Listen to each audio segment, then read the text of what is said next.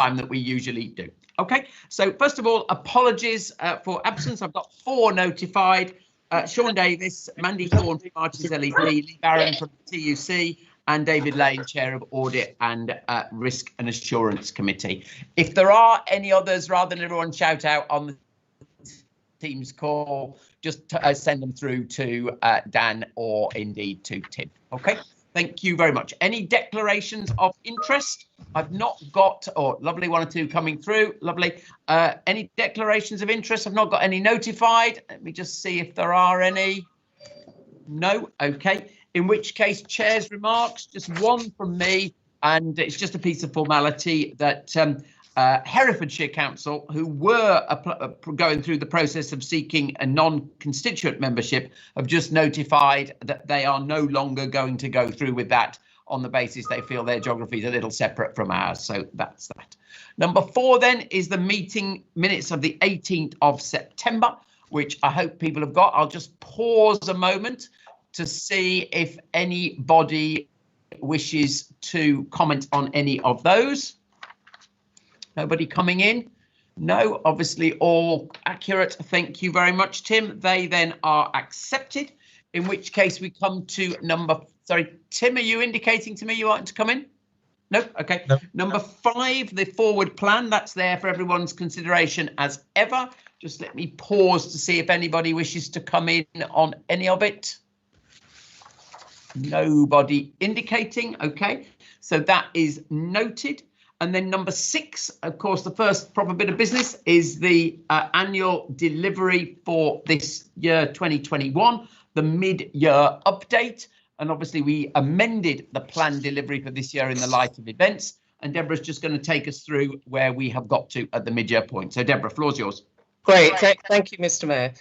So this report provides the board with a mid-year summary of progress against portfolio deliverables for 2020-21. So it follows the report to the board that we presented to you in September that agreed in-year changes to portfolio deliverables as well as a result of the COVID-19 pandemic. And we wanted to better align portfolio activity to support the region's recovery from that pandemic. So the report also reminded the board of the decision taken in June not to publish our usual annual delivery plan document, given the need to reassess the portfolio deliverables, which were agreed by you in February. We did, however, commit to present a half-year review of performance against deliverables in line with our usual performance reporting practice. So that review is summarised for you in the attached Appendix 1 to this report. So the document provides you with a succinct summary of deliverables in the first half of the year. And it also demonstrates that in terms of progress against deliverables, most milestones and targets are being met, despite the huge challenges posed to us all by COVID-19. And I would like to say, Mr. Mayor, that I think that is a real testament to the continued resilience, collaboration and partnership working that we have seen across the region. There have also been some notable progress, achievements and delivery across portfolios, and we've included those at paragraph 3.4, but also for your ease, they're contained in the executive summary. So the review document also provides a summary of some of the enabling and supporting activity that the Combined Authority offers to the region, which includes governance, decision making and financial management, much of which have previously been reported to the Audit, Risk and Assurance Committee. So the review also summaries how we've sought to strengthen assurance and how we continue to work with and support the scrutiny function.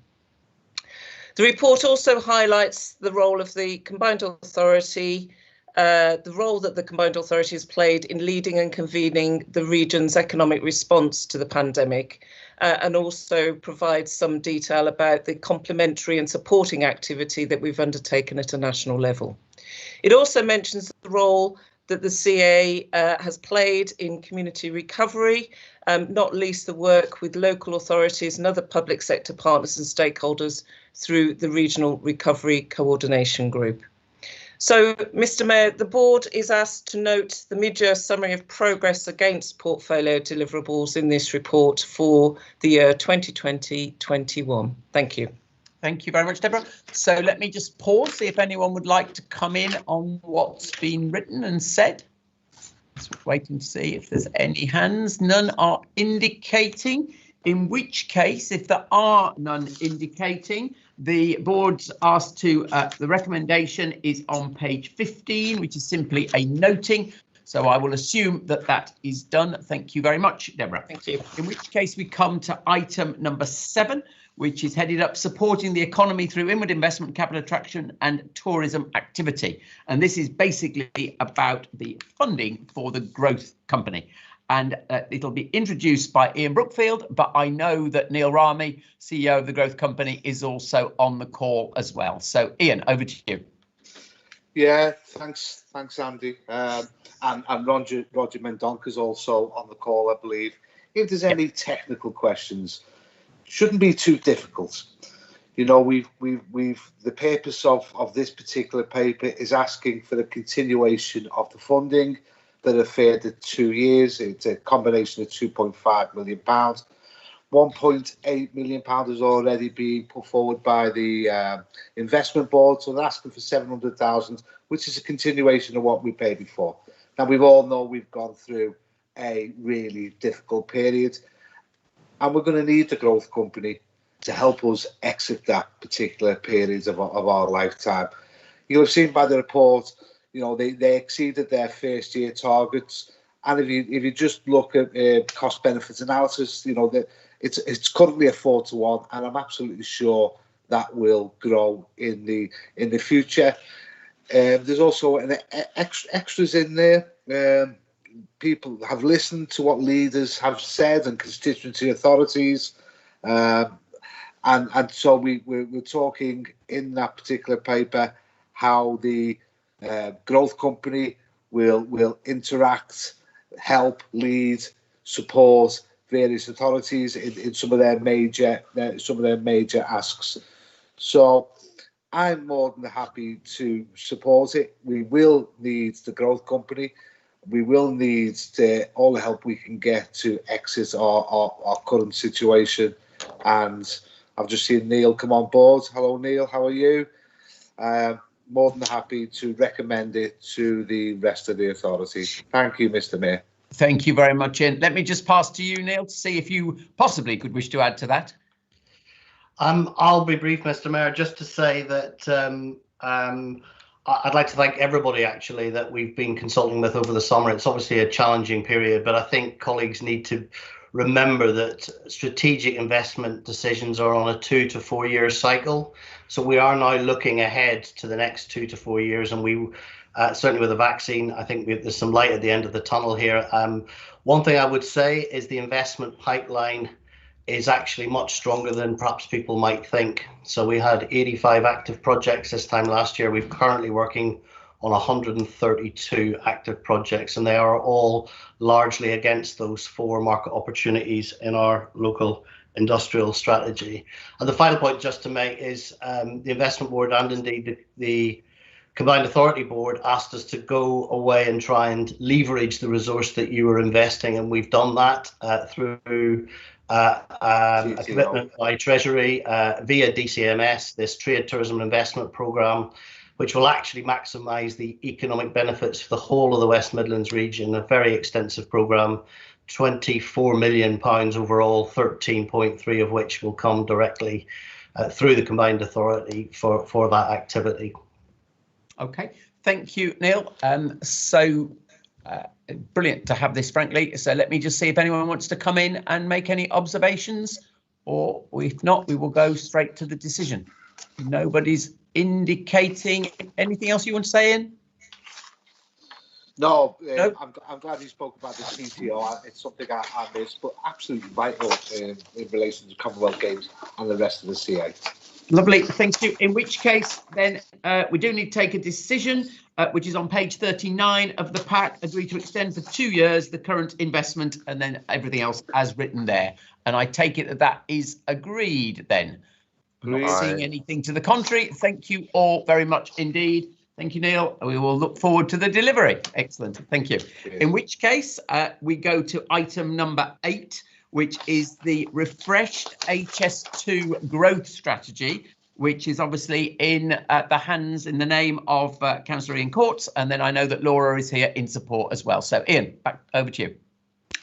Thank you very much, Mr. Mayor. And this report is here actually for noting, but I would say I asked that the refresh document was brought to the board. I mean, partly because I think we perhaps we haven't mentioned HS2 in our business quite enough. I suppose I would say that, but you know, it's time we actually created one focus on it, and because of the enormous economic benefit and effect that it has on the region. The first HS2 growth strategy was published in April 2015, and indeed it was the first strategy delivered to government that evidenced the direct benefits that could be realised with the arrival of HS2. And, you know, there are some obvious regional aspirations which are referred to in terms of curves and the interchange, but there's a lot of wider transport initiatives, connectivity packages. This is a project for the whole region. Evidence, you know, you look at Brierley Hill Metro extension and so on. I think the magnitude of this, you know, is illustrated by the ask at the time of the first publication was 4.4 billion, and that's out of 8 billion for the whole of the WMCA devolution deal. So I think it's no exaggeration to say that the HS2 growth strategy was one of the founding pillars that brought the CA in existence. Well, we had the Oakervie review into HS2, and it was agreed that we should refresh the growth strategy, both to look at the progress made, but also, you know, achievements that have been realised since that first strategy was brought about. And it's page 49, 3.4. I'm not going to list them all because there's a lot of numbers there, but the jobs, the apprenticeship opportunities, the business opportunities, training opportunities, they're all there set out. The HS2 has been seen as a key component in our post-COVID recovery effort, and must be because of it's one of the major job projects now in the region.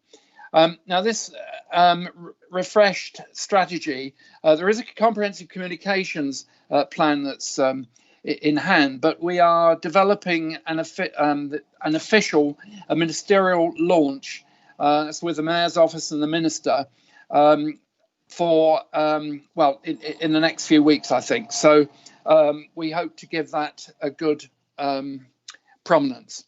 I think, Mr. Mayor, that's probably enough from me. It's a very long document. You know, I'm sorry it takes up so much, but there's some very interesting reading there in terms of the whole of the strategy, how it focuses on people, on business, on place, links through integrating with so much of what's going on in the region and what we are dealing with as well. Thank you, Mr. Mayor. I think I'll leave it at that and ask for questions. Thank you very much. And I just wonder, Laura, do you want to add anything on this at all? No, I think Councillor Courts has covered it very well. Just to say it's been really well received by government so far. OK, thank you very much. And let me see if anyone wants to contribute. So, yes, Councillor Seckham. Thank you very much, Mr. Mayor. And thank you, Ian, for this. And would you please excuse me for slightly diverting my intervention from the report, which I have to say is a good report. And I think we all have to recognise that HS2 is a huge infrastructure commitment for this country, very much a really underpinning one for the economy of the West Midlands. However, and that's where I do come in. May I just remind everyone that 31 miles of it goes through Warwickshire. 31 miles and no stop. And currently there is a great deal of activity going on in HS2 in Warwickshire, and what is extremely disappointing, and I say all of this because I think there's a reputational damage potential. For us, we've got that we know that HS2 have statutory powers, and they really use them pretty without consideration. Their statutory duty is to allow 2 weeks information for a closure of a road, and that is pretty much where they are at the moment. 2 weeks notice for a closure of a main arterial route, the Foss Way, which is now closed for 9 months. Now, at a time when we have all had the impact of COVID, we are all trying to recover our business sector, not only our business sector, our education. We have to get children to and from schools. We have to get people to and from businesses. We have to get businesses getting goods in, goods out, and we get 2 weeks notice. We ourselves have our own planned road programme, which doesn't seem to be overlaid at all. And it is absolutely unconscionable that HS2 fail to communicate their forward plan with us. Now, we have got a meeting coming up with HS2 towards the end of the month to really needle out all of these issues, but it is not the first time that we have had communication issues with them, and there is a disconnect, I would suspect, between an operational side and the strategic delivery board of it. What I would dearly love, and I don't know that I'll ever get this, but what I would dearly love is a forward plan, so that we had a flow chart of where they are operating, what their planned route closures are going to be, so that we can at least have half a chance of helping our residents to get through this. It is absolutely chaotic what they are doing at the moment, and at a time when we're trying to help our business, this doesn't look as if we are. Thank you. I don't know if anybody else wants to come in, otherwise I'll pass back to Ian. Not seeing any other, so Laura, go on. If you want to go first, then I'll pass back to Ian. Yeah. Just a very practical suggestion. We have a strategic resilience group with HS2 on it, where we are trying to bottom out these issues, which we recognize as well. Operationally, I will reach out to colleagues at Warwickshire and make sure that we're participating in that group with you, and anything that we can do in addition to help.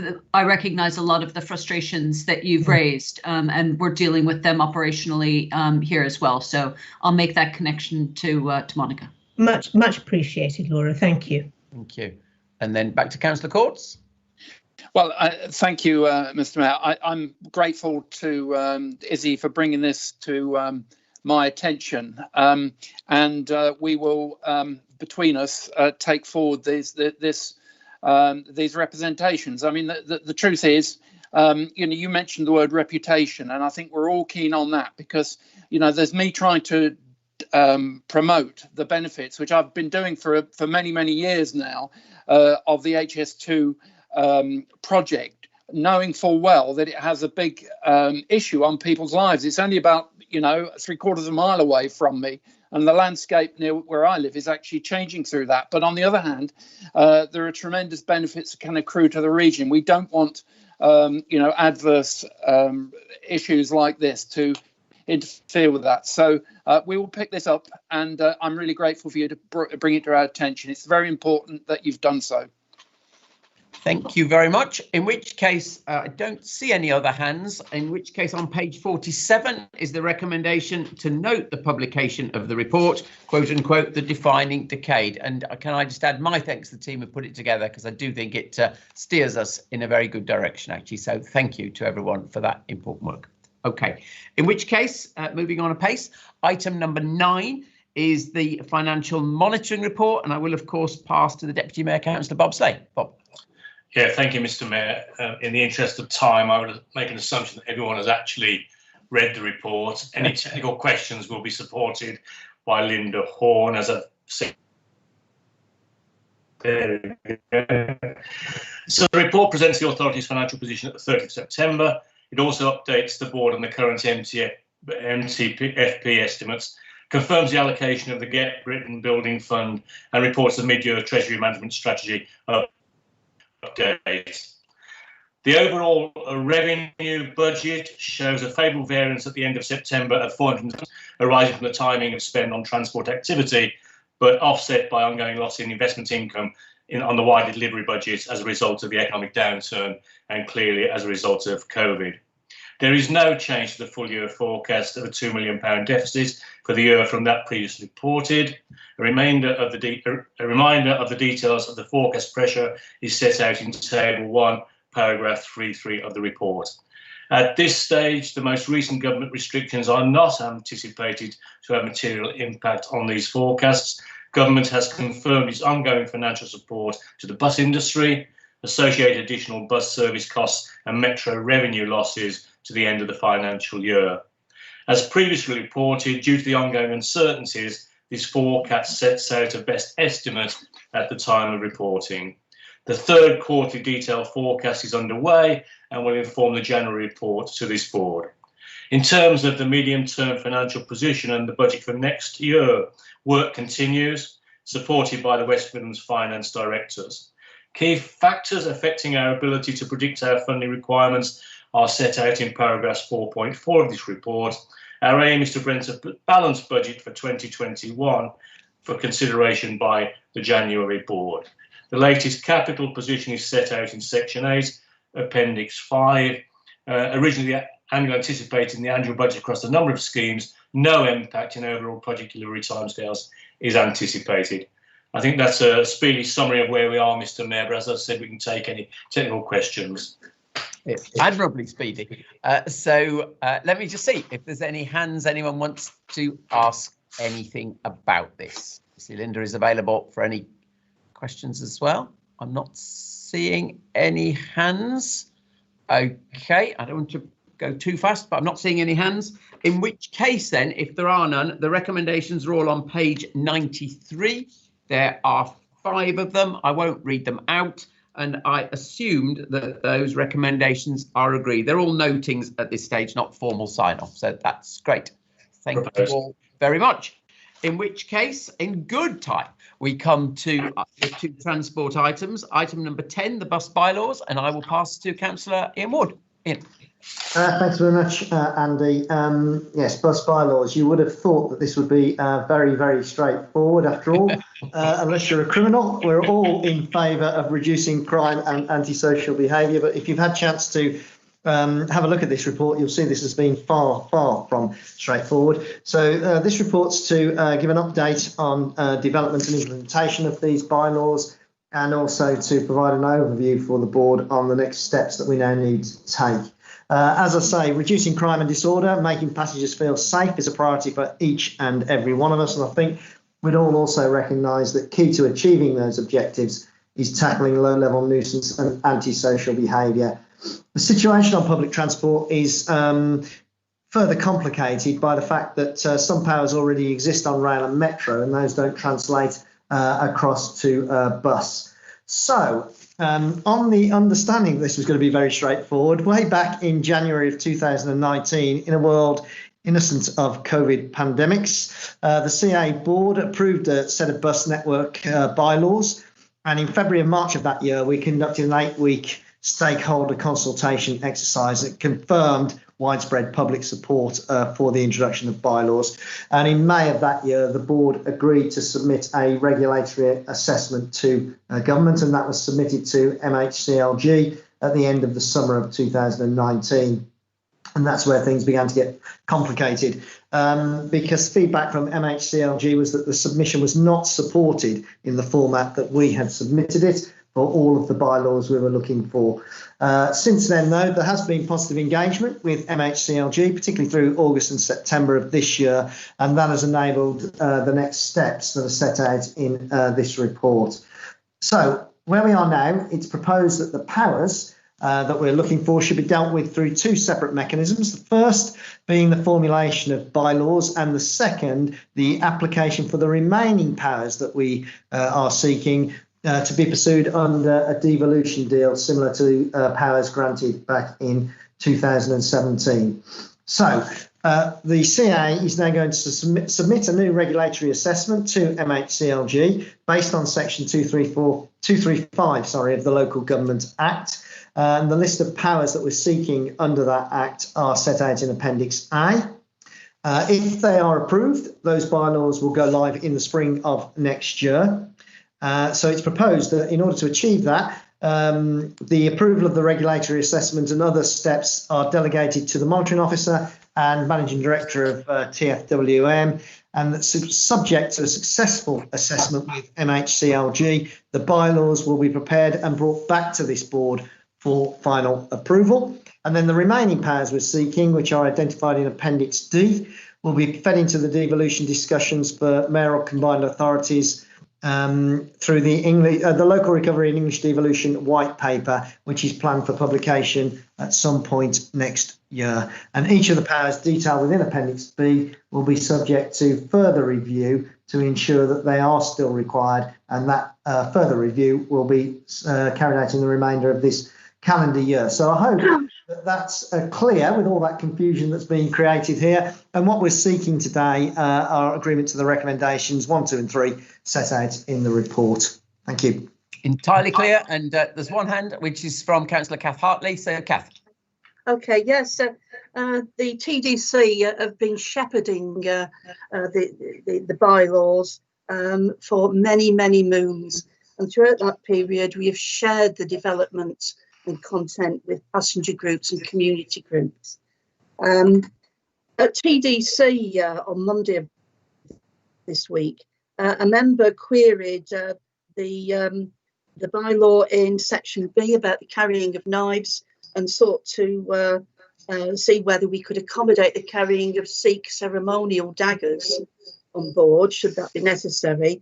I should think the National Express in particular would have a particular protocol, or that they will cover that for some of their drivers. But that might be just something that needs to be tied up from equality's point of view. Secondly, something I've been raising about the bylaws ever since we first started on this course is the need to coordinate and maximise the benefits with existing PSPOs in our towns and cities, particularly in areas around bus shelters and stops and so on, and where crime overlaps from the pavement to being on board and vice versa. So I think we need to look at how we maximise the impact and coordinate matters with existing PSPOs and upcoming ones. Certainly my experiences from Birmingham City Centre, and I raise this as much as for being a member of the Birmingham City Centre local police consultative group, who are obviously looking at renewing PSPOs, not just in the city centre, but in our neighbourhoods around. So just two points there. Otherwise, we're fully in support and look forward to ensuring that the bylaws go well and do what we want them to do. Thank you. I've got one other hand, so I'll just take that and then come back to Councillor Ward, and that's from Councillor Cathy Baton from Overview and Scrutiny. Cathy. Thanks, Mr. Mayor. It was just to make it clear that we, from the scrutiny perspective and the Transport Subcommittee, that we would have an intention to review how the bylaws are progressing, probably 6 to 9 months into operation, so that we can get a good overview as to the effectiveness of them. That was just to make people aware, Mr. Mayor. Lovely. In which case, I think no other new hands. I'll go back to Councillor Ward then. Thank you very much. Just on that second point from Cathy Baton, I very much would welcome that review. I think that's sensible that having put these bylaws into place, we should carry out a review of how effective they in actual fact are and whether we need to do anything further. So very much welcome that review by scrutiny. In response to Kath Hartley, first of all, it is intended, obviously, that the bylaws are complementary to any PCSOs that are in place by local authorities. Obviously, what this is all about, whether it's the implementation of powers by a local authority, or indeed these bylaws through Transport for West Midlands, the intention is to reduce crime and antisocial behaviour on our public transport networks, which is obviously in the interests of all of the travelling public. As far as religious daggers, or sometimes called swords, that carried by people who follow the Sikh religion, that is protected by law. My assumption here is that the national law would trump any bylaw, but just to reassure Councillor Hartley, officers within Transport for West Midlands are now checking out the position, and obviously we will not do anything that cuts across the religious freedoms of anybody anywhere in the West Midlands. Thank you very much. Thank you. In which case, if there are no other observations, then we get, as Councillor Ward said, to the 3 recommendations, which are on, I think, page 1, 2, 3, if I remember it correctly. I won't read those out, but I take it that those are all noted and indeed in the middle case approved. OK, yes, thank you. In which case, sticking with Councillor Ward, number 11 is the West Midlands Rail Limited governance evolution. So back to you. Thank you very much, Andy. Again, this is another tricky issue, really, that has arisen, and I'm delighted to say that the best traditions of British politics, what we have done here is come up with a compromise being the art of politics, to resolve this situation. So the background to this is that the West Midlands Rail Limited was, the principles setting that up were developed in 2015, before the advent of a mayoral combined authority here in the West Midlands. And since that period, the emerging government policy has indicated that any further rail devolution is going to need to involve a single accountable elected position. And obviously for us here in the West Midlands, that is going to be the mayor of the West Midlands Combined Authority. Further conversations with DfT civil servants and members of the Williams Rail Review team have indicated that the government is reluctant to devolve further authority to a political partnership such as West Midlands Rail Limited. So clearly we needed to do something here to unlock further powers and funding for the rail network. The issue is that the combined authority area, of course, although it's home to half of West Midlands Rail Limited's residents, it does not cover the geography of West Midlands Rail Limited in its entirety. It doesn't cover the rural areas outside of the West Midlands CA. So in 2020, West Midlands Rail Limited agreed to explore options in order to evolve their governance so that the role of the mayor of the West Midlands could be included in some way. 6 alternatives were explored and they're set out in Appendix A. Option 6 is the preferred option, which affords the mayor a non-voting, non-director chairmanship of West Midlands Rail Limited. So under this option, the mayoralty gains direct and informal influence over rail services and rail strategy, but the delicate political geography and balance between the urban area and the rural area remains undisturbed. So option 6 was approved in principle by West Midlands Rail Limited board at its meeting on the 15th of September. It now needs to be agreed by the partner authorities, hence why it is here today.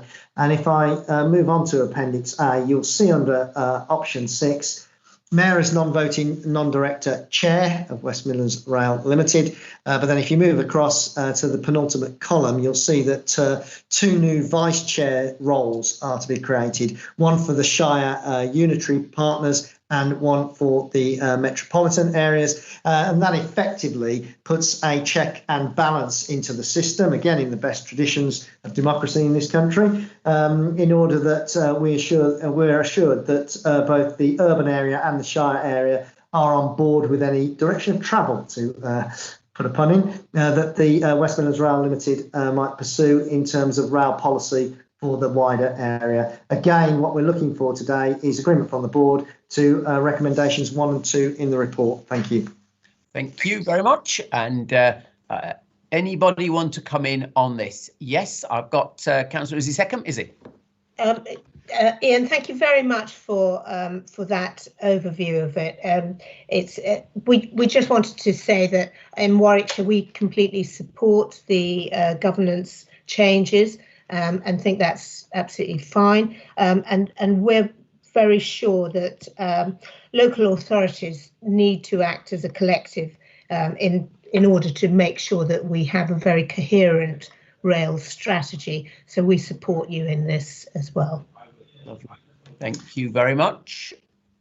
Anybody else? No, in which case back to Ian. Well, just thank you to Izzy for that. I do think that on these big issues, and certainly rail across the wider region is a big issue for all of us and the residents of the wider West Midlands. It's again in the best traditions of the democratic politics of this area that we have cross-party support for these huge schemes that benefit all of our residents. So thank you very much. Yes, indeed. And perhaps I should just say I really appreciate the way this has all been guided through by everybody, actually. It's obviously extremely pragmatic, and I'm sure it will work very well, whoever is. Just one final thing. Perhaps I should make clear that these changes come into force post-May. Correct. Whoever is doing it. Yes. Yeah, exactly. OK, in which case I won't read it all out. It's on page 133, the 2 recommendations. So thank you for the way that's been put together. In which case we go on to item number 12, which is the Health of the Region report, obviously a critical report, which is actually, first of all, in the name of Councillor Izzy Seckham, Chair of the Wellbeing Board. So Izzy, it's over to you. Thank you very much, Mr. Mayor. I think I gave a heads up of this at the last meeting that we were anticipating bringing it to you. So I'm really pleased and delighted that we're now able to do so. And I know that Ed Cox will be giving a short slideshow following my overview, if that's OK. And Ed, of course, is the Director of Public Service Reform, which includes my portfolio as well. And I'm sure for those who haven't already met him, today will be an interesting and very helpful introduction. Just a little bit of a history on this. This has been a unique year that I hope we will never repeat again. And I'm sure all of us would concur with that. But as it emerged through the first outbreak wave, we were very aware of the impact of the COVID infections on our ethnic minority population. This is not just, of course, our region. It is a national concern, and I think we are not unique in producing this paper. There are papers being produced nationally. Even in my own authority too, we have produced this paper, a similar paper.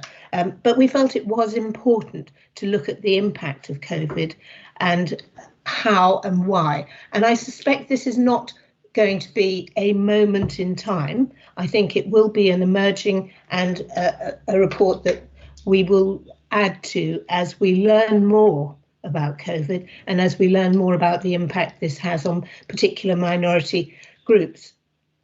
And I think one of the areas that we are learning about is that this isn't necessarily just about the makeup of an ethnic minority, but it is about life chances, opportunities, housing, and all of the wherewithal that help you to walk through society and to have a fair and equal chance in life. So what I hope very much is that this is not going to be a document that sits on a shelf and collects dust, that it is something that will embed itself into policies that are developed through all of our portfolios, and how we can do that that shift and that change in trying to have a more equal society and trying to give opportunities and allow people to fly and achieve the very best in life that they can.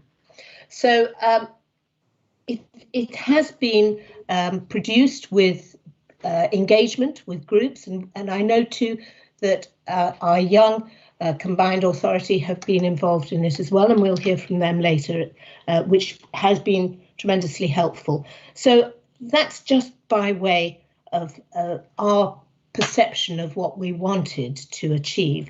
And can I please ask that Ed Cox now takes the next stage of this report, please? Of course you may. That's lovely. Ed.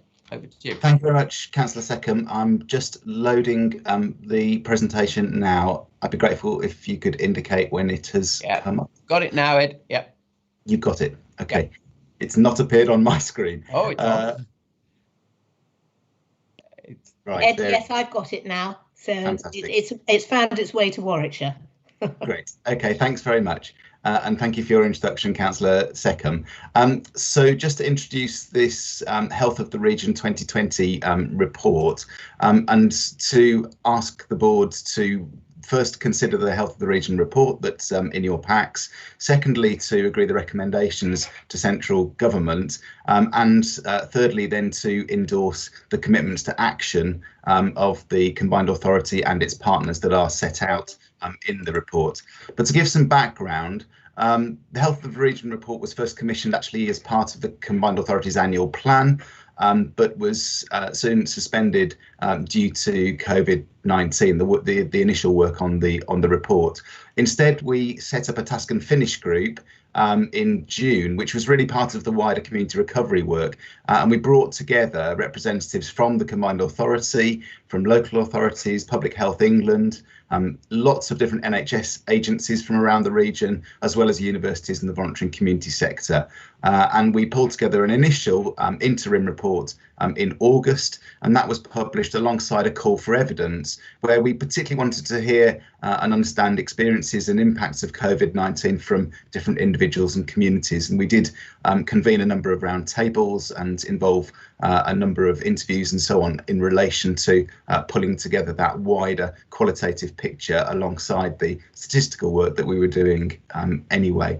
So the Health of the Region report that we are presenting today is really supposed to be a counterpart to the State of the Region report that you've received previously, but also, and I think most significantly, it's a call to action really for partners across the region and different stakeholders to work together to address some of the long-standing inequalities in the West Midlands.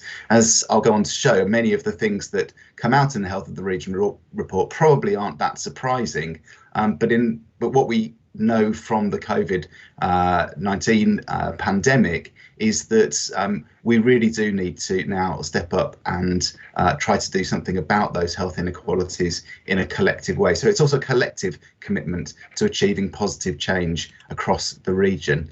I'm sure I don't need to spell out why it is important. I think we have all seen through various reports already and our own personal experience that COVID-19 has exposed the profound health inequalities that characterise the West Midlands and indeed the wider country. But there are statistics in the report that show that to some extent the West Midlands fares worse than some other regions. And so to that extent, I think it gives us a once in a lifetime opportunity to actually reevaluate and reset and redress the balance when it comes to tackling the health inequalities that lie beneath the impact of the COVID-19 statistics that we see. And I think it's crucial to say that there's a clear interdependence between health and wealth. And that's really what unites the work of the Combined Authority with those of health partners in the region in addressing health inequalities. And I also believe it's the foundation for developing greater resilience to future pandemics and shocks that might come in the future. So there's a wealth of material in the Health of the Region report, which I won't labour today, but you can go through it. The whole point of it was to set out in some detail the different aspects of health in the region. I just want to flag a few things that are particularly related to COVID-19 pandemic. First of all, the clear relationship between COVID related deaths and area deprivation. There's a real link there. And that also relates then to the higher likelihood of death from COVID-19 for ethnic minority populations in comparison to the white population, something that we saw even yesterday in the statistics. So the numbers can be as high as 4 times for black communities compared to white communities in terms of excess likelihood of death if you don't account for things like age and region. The meta study that was published yesterday looks at figures of around about 2 times the higher likelihood of death from COVID-19 for Black and minority ethnic communities, and we've put some other figures in here. Looking more regionally, the University Hospitals Birmingham, for example, have recognised throughout the COVID pandemic higher admissions for South Asian patients, and also greater severity of their conditions when they arrive in hospital as well. But there are wider health issues as well that I think people are particularly concerned about in relation to, for example, increased levels of anxiety. During certain weeks during lockdown, it's been as much as double the number of people compared to levels of anxiety in normal times. That's 40% plus people saying that they are feeling a high level of anxiety. We've also noticed in the West Midlands through different surveys lower physical activity, 40% of women doing less exercise during lockdown, 11% of children doing absolutely no physical activity at all. Across the country, we recognise that both women and men are reporting worsening health conditions, and this then obviously links to access to services during the pandemic. So there's a smattering of figures there, but there are more in the report. What I really wanted to move to now, though, is the kind of framework for action. What do we do about these things? And we've really identified 4 areas where we think we need to act. First of all, we think we need to begin with an urgent task of improving outcomes for Black and minority ethnic communities, targeting and carrying out immediate action to tackle some of the structural racism is really an urgent and immediate priority. Secondly, we recognise that lasting change is only going to happen when we actually start to take a systemic approach to tackling the wider determinants of health and dealing with some of the structural inequalities that we find in our economy, in the housing market, in education and transport systems, for example. And then thirdly, we realise that we've got to tackle inequalities in the health and care system itself, particularly widening access to health and care services, and particularly focusing on primary and preventative care. And then all of those things, I think, create the context in which we can then create the conditions in which people-powered health can flourish, the ways in which we can actually look after our own health. But really, these things are dependent on making sure the system supports us and healthy to live healthy lifestyles. So what we've done then, building on that framework for action, is work with partners all around the region to identify what commitments they can make in the weeks, months, years ahead in order to address some of those challenges that I think many of us will be familiar with, and also to identify a set of recommendations to government. And so what I'm going to present now in the next few slides, and I'm not going to dwell on each of them because all the details are in the report itself, are the set of commitments that the Combined Authority and other health partners have made, and indeed other regional partners generally have made against each of those 4 areas of action. So first of all, in terms of improving outcomes for Black and minority ethnic communities, as I say, I'm not going to go through all of these lists, but just to pull out a couple. In the Combined Authority, we're now going to work on a particularly targeted Thrive mental health programme that we will co-design with Black and minority ethnic employers and employees. And we're also committing to a regular series now of Black and minority ethnic roundtable meetings to look particularly at health issues, as we've found that the couple that we've done during this process have been particularly insightful and helpful. Other partners have committed to, I think crucially, the health partners across the region have now committed to a multi-agency Midlands System Transformation Recovery Board, which is going to particularly start to evaluate NHS programmes through a Black and minority ethnic lens. And then the West Midlands Police have set a target for recruiting 1,000 Black and minority ethnic officers over the next 3 years. So just a couple of examples there. In terms of the actions around tackling the wider determinants of health, one of the key things that we've already been doing in the Combined Authority is to look at how we embed our inclusive growth framework in all of the work that we are doing and the many investments that we're making. But what we want to do now is to make sure that that incorporate a health in all policies approach, so that we're very mindful of well-being as an element of inclusive growth.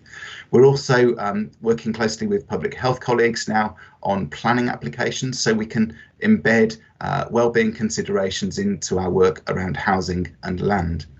Other partners are carrying out, again, all kinds of different actions on the wider determinants of health. Just to pick out one, University Hospitals Birmingham are working very closely with a registered housing provider in East Birmingham to look at how they can retrain hospitality workers to actually now start to work in their hospitals. So that's one example, a particular example. In relation to widening access to health and care, we are committed in the Combined Authority to training and supporting healthcare professionals to refer disabled citizens into physical activity through the Include Me programme. And as we've talked about before at this board, we've also got proposals to use transport hubs, for example, as digital screening centres. Partner commitments in relation to widening access are many. PHE West Midlands are, for example, wanting to review the language and the interpreting services that are available for different communities across the region. In terms of the people-powered health priority, the Combined Authority is committed to trying to increase cycling from 3% to 5% of mode share by 2023. And we've also we're now including a well-being social value metric in our commissioning framework as well. Partner commitments in this in relation to this priority includes the Black Country and West Birmingham CCGs recruiting 63 social prescribing link workers around different communities. And again, a very interesting and local commitment from Aston University to work with Aston Villa Foundation and go into local schools, particularly to deliver workshops on eye health and childhood eating habits. So those are really just a very quick summary of some of the commitments that partners have made around this particular Health of the Region report. We were so keen to make sure it wasn't just a standard report, but it did actually set out commitments that people are making to change the system. But I guess the kind of deal here, though, is that if we across the Midlands are going to be making particular efforts to tackle health inequalities, so we would expect for government to step up and support some of those initiatives as well. So there are a set of, I think, 12 different recommendations for government in the report, including in relation to Black and minority ethnic communities, setting out a clear and comprehensive action plan for how it's going to work with local and regional partners to take on racial disparities, and indeed to commission further data research and analysis, because I think one of the things that we've seen through the crisis is that we don't actually have the data that we need, particularly at the local and regional level, in addressing some of these ethnic minority issues that are clear from the pandemic. We also want government to place a much greater focus on tackling the wider determinants of health through its own work. For example, making it the focus of the Phase 4 letter on COVID-19 that will be issued by the NHS in the new year, to make sure that considerations of health and well-being are part of the economic development and levelling up policies that it's producing.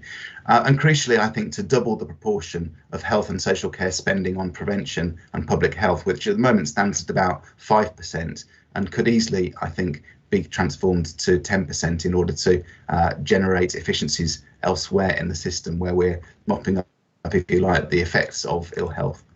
And then finally, recommendations around widening health and care.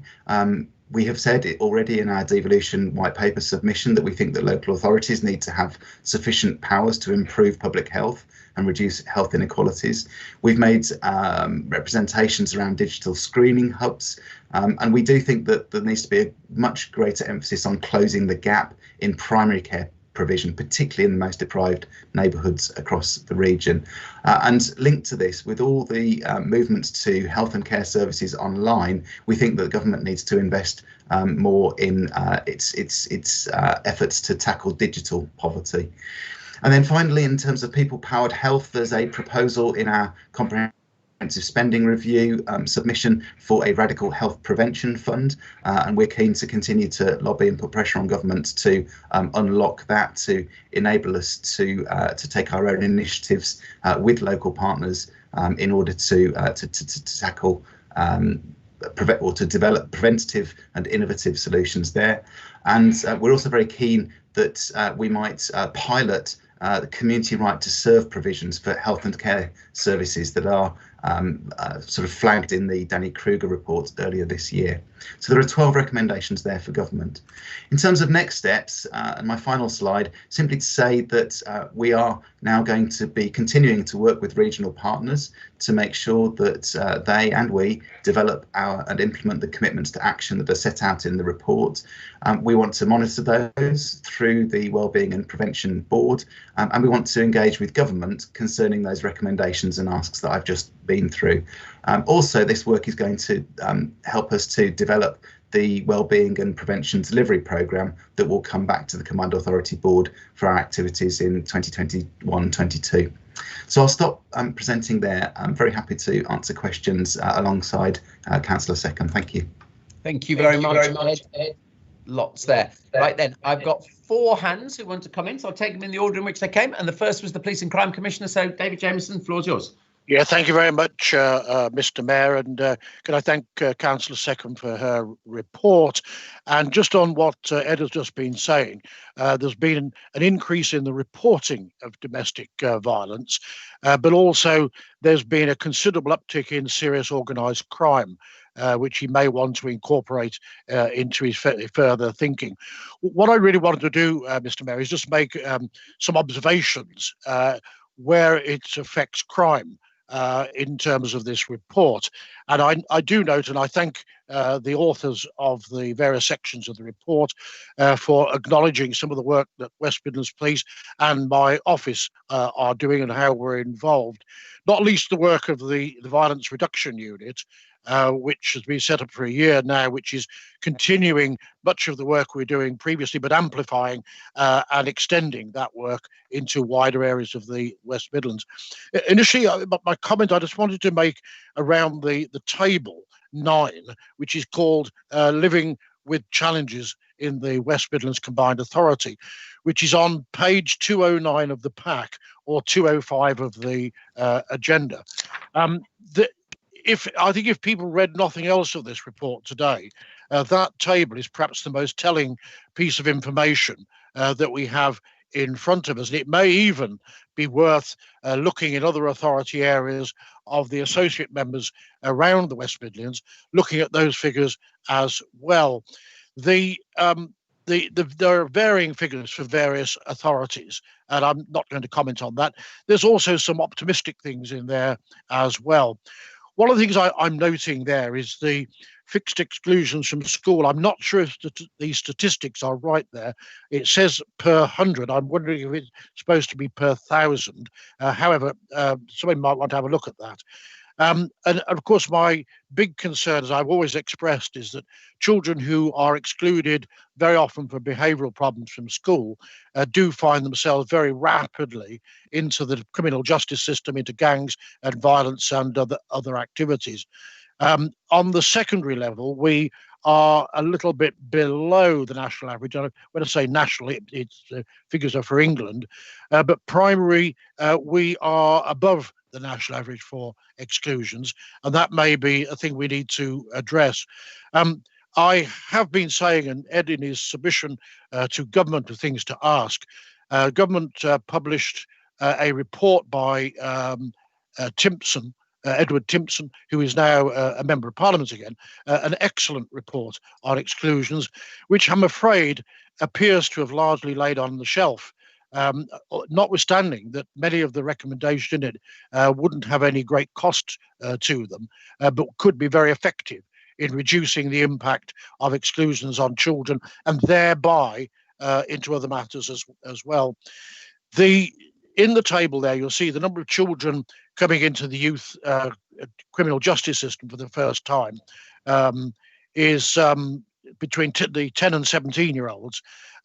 With some notable exceptions, we are above the England average, which again is a matter of concern. But equally, though, the violence and sexual offences, I see we are generally in most authority areas below the national average. And of course, that is an issue which we, with the Violence Reduction Unit, working with others, will look at as well. And again, the hospital admissions for intentional or unintentional injury, I see for older young people, that's the 15 to 24-year-olds, we are somewhere below the national average. However, for 0 years to 14, in some areas we are above the national average, and I think we've really got to question why that is and what we actually do about it. One of the things that we have done in the major A&E departments, we have commissioned youth workers to go into those departments to actually intervene with some of those young people and to see the reasons why they've got where there's injuries that are unexplained, usually sharp object injuries. And there's a lot of good things coming out of that work we're doing. It's what's called the teachable moment, where children are lying on the slab in pain. It's quite a good time to intervene to see what can be done to help them avoid that type of thing in the future. One very worrying statistic, right at the top of the table, is the number of children in care. And Councillor Seckham quite rightly identified how the life chances of children in care are hugely diminished, I'm sad to say. And again, she said, how do we help them fly? And, you know, I agree with that. Anything we can do, because again, children who have been in care for either a long or short period of time are more highly represented in the figures in the criminal justice system. I think one of the things, Mr. Mayor, what we've got to say is these statistics are very interesting. I think we've got to say to ourselves is, you know, in terms of the combined authority, how are we helping get a combined approach to tackling some of these things? And I think we've made a lot of good movements in that. My Violence Reduction Unit has done a lot of work in that regard, but it may be that we look again at, are all the mechanisms in place to help us learn from each other, not point fingers at each other, but actually learn from each other where there's better practice. And one area may be, just moving on the report on 243, is improving outcomes for BAME communities. Now, grateful for the recognition, Ed, by you just in your summary there and in the report of the work that we're doing. I set a target earlier this year in our recruitment of new officers. The next 3 years, 1,000 of those should be from our BME communities. We're employing until 2023 about 3,000 officers. Most of those will be replacing people who are leaving for retirement and for other reasons. We have put in a huge amount of effort into contacting the BME communities to get applicants to come forward. And so far, we've now moved considerably forward. The latest intakes we have are showing that 22% of the people that we're taking on have got all the way through the recruitment process are from the Black and Asian communities. But we've got a lot more work to do. We've got to pump that figure up much higher, solely because there's a lot of talent in those communities at the moment we're not tapping into. And I've said that the police, I said this 5 years ago, the police in the West Midlands has got to look a bit more like the people of the West Midlands. And also, you do acknowledge the work we've been doing on drugs, and I think some of the things that we're leading in the country on some of the work we've done on drugs. One of the latest programs we've got, I put £60,000 into the Divert program, which is people on the very low level of offences. This is not drug dealers and drug pushers, but people who are found to have small quantities of illegal drugs. We're putting them through a programme to get them away from their drugs. And there's a medical intervention and a monitoring intervention rather than a criminal justice intervention. So far, we have had large numbers referred into that who would ordinarily have gone through the criminal justice system, which is clogged at the moment beyond recognition. And also, we've announced this new chance programme for women in the criminal justice system, of women who've committed, again, low-level offences, but trying to keep them out of the criminal justice system. Because, you know, putting women through those processes is not good for them very often, and it certainly isn't good for their family if they have children and others, which then ramps up the problems. So I just thought I would raise some of those issues, the health nation. They are very much related to the work that we're doing as well. Thank you, Mr. Mayor. Thank you very much. In which case, next hand was from Aisha Masood from the Young Combined Authority. Aisha. Thanks, Chair, and thanks to the CA team who have engaged with the YCA and shared the document with the YCA board as it was being developed. We, the Young Combined Authority Board, welcome and strongly support this report's core message about the interdependencies between health and wealth. Put simply, the profound health inequalities across our region can only be tackled through addressing other systematic inequalities, be that poverty or that racism and structural disadvantage faced by our Black and ethnic minority communities. These inequalities are in themselves a crisis, which we want to see tackled with the same effort and urgency as a COVID-19 pandemic. Thank you very much. Very compelling. OK, next we come to Councillor Lisa Trickett, Chair of Overview and Scrutiny. Lisa. Thank you, Mr. Mayor. And really just to, I suppose, carry on from Aisha's point, just to note that at January's meeting of Overview and Scrutiny, we're going to be focusing on inequalities within our region, and particularly also the impact of the pandemic upon the Black and minority ethnic communities. And we will be drawing from that report and very much wanting to understand what economic structural requirements are, as much as just some basic process improvements, because I think, again, as Marmot points out, there is actually huge underlying causes that get us to the point that we're at. Thank you. And the last hand I saw was from Rob Johnson, who's covering for Lee Barron of the TUC today. Rob. Yeah, thanks, Mr. Mayor. First and foremost, just to put on record, support this report. A lot of excellent points in that one.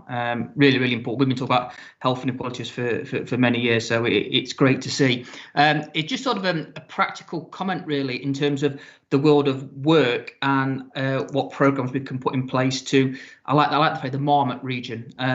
In the northeast, for a number of about 10 years or so, perhaps a bit longer, they've been having a programme, an award programme, bronze, silver, gold type model, whereby the NHS in that region have come together with the local authorities to put in place a programme where employers, large or small, across the piece, can get free advice to put in place a programme and work with their workforces to improve health outcomes. I might be wrong, it's like 400 employers have actually accessed that support and delivered health improvements in their region.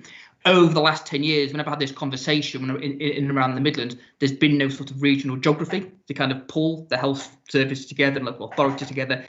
It just smacks to me that here's a perfect opportunity to bring this best practice from the northeast that's engaging employers, local authorities, unions to deliver health improvements. So I'll put the link in the chat, but it just, everything you were saying was ringing true, that this is an opportunity to bring something that is already in operation. I'll put a link in the chat. Thank you. Thank you very much, Rob. In which case, back to Councillor Second to respond. You don't have to pick up every single point, by the way. No, I won't. I'll just do a bit of an overview on it. But thanks, Ed, for a really great presentation, which was very good. And you know, there are just a couple of points too that I'd like to pick up. David Jameson, the Police and Crime Commissioner, looked after children. This is a point that's always been particularly dear to my heart. And I think it's the principle behind this. I have this fundamental belief that everybody has the right to be the very best that they can. And we have a duty to try to help and inform that and give people chances. And this report helps us on that way. And it's a timely reminder of the responsibilities that all of us in local authorities take on when we come into office. We don't always get it right, and sometimes, you know, it's a report like this that makes us sit up and think, could we do it a bit better? And we can always do things better. I don't think we need to beat ourselves up about what we have done in the past, but what we always have to do is strive for better. And I think this report gives us that basis on which to try to take it forward. I'm really pleased that we've got such universal support. Rob just brought up the point about the Marmot City, the awards up in other regions, and of course Coventry are a Marmot City. They're one of the few, I think there were about 7 or 8 who went forward and continued this programme from the back in the early part of this decade, and we can learn a lot from Coventry, really, in how they have achieved that. And I like the idea of awards and achievements. We do that. We're very good at doing that through the Health and Wellbeing Board, particularly around our Thrive programme. And it may be something we could do. Excuse me. We could discuss with our health colleagues. Thank you. I move the report. Thank you very much, Izzy. I think I'm not seeing any other hands, in which case the recommendations are all on page 141, and considering, agreeing and endorsing, I won't read them all out, but I presume that is all accepted. And in the spirit of that, can I just say a huge thank you both, Izzy, to your board for steering this, and Ed, to you and everybody who's contributed to this, because as everyone has said, I do think it's a really critical piece of work, and we've really got to make sure we then act on the many recommendations that it's made. So thank you all very much indeed. Yeah, okay, good. In which case we come to the set of minutes, and we will go through these hopefully swiftly, but also to do justice to everyone. So please stop me if any of the owners wish to comment. So first of all, audit, risk and assurance. I know that David Lane is not here, so unless anyone wants to put a hand up, I will assume that these are noted. Good. In which number 14 is the Public Service Reform Board. Now, Maria has sent her apologies today, so I know that Ed was there as the lead officer, so if there are any questions, I shall ask Ed to answer them. I know Maria's deputy is on the call. No, okay, no questions. Number 15 then is the TDC. Kath Hartley is on the line. So Kath, anything you want to add? Nothing to add. Thank you very much. Thank you. In which case, number 16 is the Investment Board under Councillor Slay. Let me just see if Bob wants to add anything. Just a noting, Mr. Mayor. Noting, lovely. Good. And number 17 is the Environment and Energy Board under Councillor Courts. Ian, anything you want to draw out? Well, only to emphasise, you know, the close relationship between the environmental agenda and the topic we've just discussed in terms of health and so on. You know, there's close linkage there, as you'll see from some of the things mentioned in the minutes. Okay, thank you very much. Okay, number 18 is the Wellbeing Board. So back to Councillor Seckham. Anything you want to draw out? Move the report. Move the report, good. 19 is the overview and scrutiny, and I suspect the Councillor Trickett will want to add something. So let's go very to the overview and scrutiny. Sorry. Very briefly, Mr. Mayor. Just really to bring the board's attention and your attention very much to the recommendations, or in many ways the 5 key questions we pose on page 305. Yeah. We do thank you for the time that you gave to the meeting, and really are appreciative of all the work that's gone into the recovery planning. But given again the item on health inequalities, we really have to take seriously, are we actually putting forward a range of interventions that are going to drive that inclusive growth this region so badly needs? So I would ask for those 5 questions to be properly and appropriately considered. Yeah. And happy to pick up further on that in some other way. Yeah, and I think the convention is that I will write you an answer to those formally. Yeah. That's what's required. And then what you've just said earlier on is they will obviously be discussed at the next board meeting. So I think we can agree that's what we will do. Yeah. Yep. Lovely. OK, excellent. So that's the minutes. And then item number 20 is back to Councillor Slay for the second investment board minute. And I think Councillor Slay might just say a little bit about minute 81, the SQW report. Yes, Mr. Mayor. I mean, the report is for noting. The SQW have now reported to the board, and we have prepared a complimentary report to go back to them. And I thank Nick Abel and Councillor Tristan Chatfield for their support in that. The match was fully endorsed by the board. I think it's a valuable read. It's an insight into how we're dealing with things. Of course, it's part of the Gateway Review, and that will eventually go back to ministers, which will confirm, hopefully, the continued quantum monies that we receive on an annual basis. So the report is interesting, and the board has supported. That's really all I want to say, Mr. Mayor. Thank you very much. And I think Councillor Bird wants to come in. I think on this, it might have been on the previous thing. I might have been too quick, Mike, but over to you. That's all right. It's all on the same theme, really. I think we ought to give thanks to the people from the private sector who are working with the investment board, because it does take a lot of time and effort, especially when you get agendas which are 339 pages long. And I think what we need to do is address that, Mr. Mayor. And I think what we could do is one side of A4 summary at the beginning of the report to see what the rest of it means, because you may not, or certainly not you, but others may not have nothing to do. But with the amount of meetings being thrown at leaders, then I'm afraid I have. And I haven't got time to waste spending time ringing 339 pages. It was that big, you couldn't open it as well on email. So, I think we need to address that issue. But the main point is that the Investment Board and indeed the Housing and Land Board have both been commended for, if you like, carrying out the agenda that the combined authority was made to do, and that is to bring forward investment which creates jobs, and obviously from the Housing and Land Board, which comes later, to actually do what we were delegated to do and fill the gap and bring forward sites that wouldn't come forward without public money. But it is a hard job chairing that board, and I just think time has come that somebody should say thanks to Bob and all the people who contributed to it. Oh, well said. And the truth about this SQW report is that had it not been positive, we'd be having many introspective moments at this board looking at it. But the fact that it's effectively a supportive report through the Gateway is all credit to those who've guided it. So as everybody knows, I should thank Bob as well for his guidance of that. So thank you. But Mike, your first point, by the way, about the report length, we have talked about it before. We've not managed to achieve what you say. So we are suitably chastised, and we will deal with that. OK. It isn't that, Mr. Mayor. I've been around long enough, as we all know. And when you want an officer wants something to go through without any debate, they put it in a 20-page report. 2 sides of A4, everybody reads it. So, being a bit long in the tooth, I'm aware of that. OK, thank you. And so I'm sure, Tim, you've heard that. We have said before we would try to address this, and we've not really succeeded. So I think we do have to take that nudge. OK. Thank you.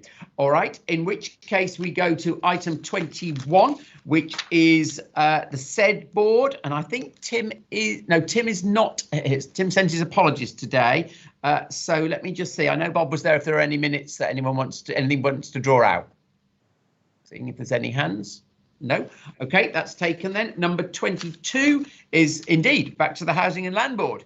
And we go back to the Laird of Walsall. Councillor Bird. Yes, nothing much to add. They're just minutes there for people. If they want to ask any questions, I'm happy to take any. OK, any questions? Not seeing any. So that's taken as read. Thank you very much indeed, and indeed for the outcomes as reported.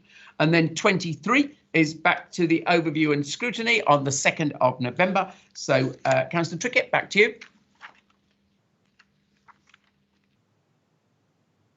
Hello. Councillor Trickett. Right. OK, I think she's gone then. In which case we just take, I think that was just fumbling. It wasn't in quorum meeting, that meeting, so it does need to be formally agreed. Item number 23. That is done. Yes, thank you very much. And that then brings us item 24, the last item to the Young Combined Authority. And I think it's Aisha Masood and Chris Burden presenting briefly today. So I'm not sure who's starting. Thank you, Chair. Good afternoon, all. Aisha Masood here, co-chair of the Young Combined Authority Board. I'll just give a quick update. So the restructured YCA board is now up and running, with the board having established 2 co-chairs and co-lead roles. We've established co-leads to build links with CA officers and political leadership and enable greater YCA impact on policy. The co-lead approach is working so far, and co-leads have since met with a range of CA directors and policy leads including co-chairs meeting with Paul and Deborah. YCA reps have been invited to comment on the Health of the Region report, engage with the development of the digital strategy and local transport plans, join overview of scrutiny's transport subcommittee, and the YCA co-leads for environment have met with Councillor Ian Courts to discuss future priorities.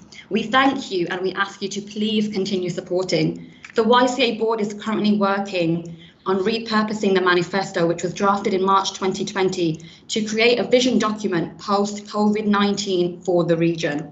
This document will set out the YCA board's aspirations and asks of the region's decision makers for post-COVID. The ambition is to bring this to WMCA board in January 2021 and use it as a springboard for future discussions and collaboration with the region's decision makers. I'll quickly pass on to Chris, fellow co-chair, who will briefly talk through youth engagement. Thanks, Chair. Thank you, Chris. Thank you, Aisha. Thank you, Mr. Mayor. I'll keep it brief, conscious of time. I'd just like to echo our thanks for those of us who have engaged so far. We've had excellent support from Councillor Jones from Birmingham City Council, Deborah from the WMCA, and Ian Courts from Birmingham City Council as well. It's been fantastic to have that engagement, and we welcome any further engagement. We would like to see engagement from some of the other boroughs as well. Most of it's been Birmingham focused so far. We're beginning the recruitment of a full wider community who can link into your research, and we think that'll be really, really helpful for what we're doing. That recruitment is open now, and it should be completed soon with the full community up to run. We're here to collaborate with you and to amplify your voices in young communities. We have an organic outreach that you can't reach, and we really want to engage you to make sure your projects work for you and our projects can link in with the WMCA. The thing I'd like to finish on, and I'll just cut out what I was going to say because it's all in the minutes. There was a world pre-COVID, and that world is now gone. And you as civic leaders have been given a unique opportunity to form the future. As a young person, I want to say to you, do not try and reconstruct that world of the past, because it didn't work for everyone. That world did not work for gay people, it did not work for women, it did not work for people of colour, and it did not work for young people. We need a systemic approach, we need a systemic change, and we need a holistic approach to change this. We can build an inclusive new West Midlands, and I think we're in a really great place to do that. We are resilient, we are strong, and we're in a place to build a better West Midlands. So please get us involved as you progress towards it. Help us to help you build that future, because it will be a better one where we are stronger together. Thank you. Chris, thank you. I have to tell you, you've caused much spluttering in Solihull, because Ian Courts, you said Ian Courts was from Birmingham City Council. I mean, I know he loves Birmingham.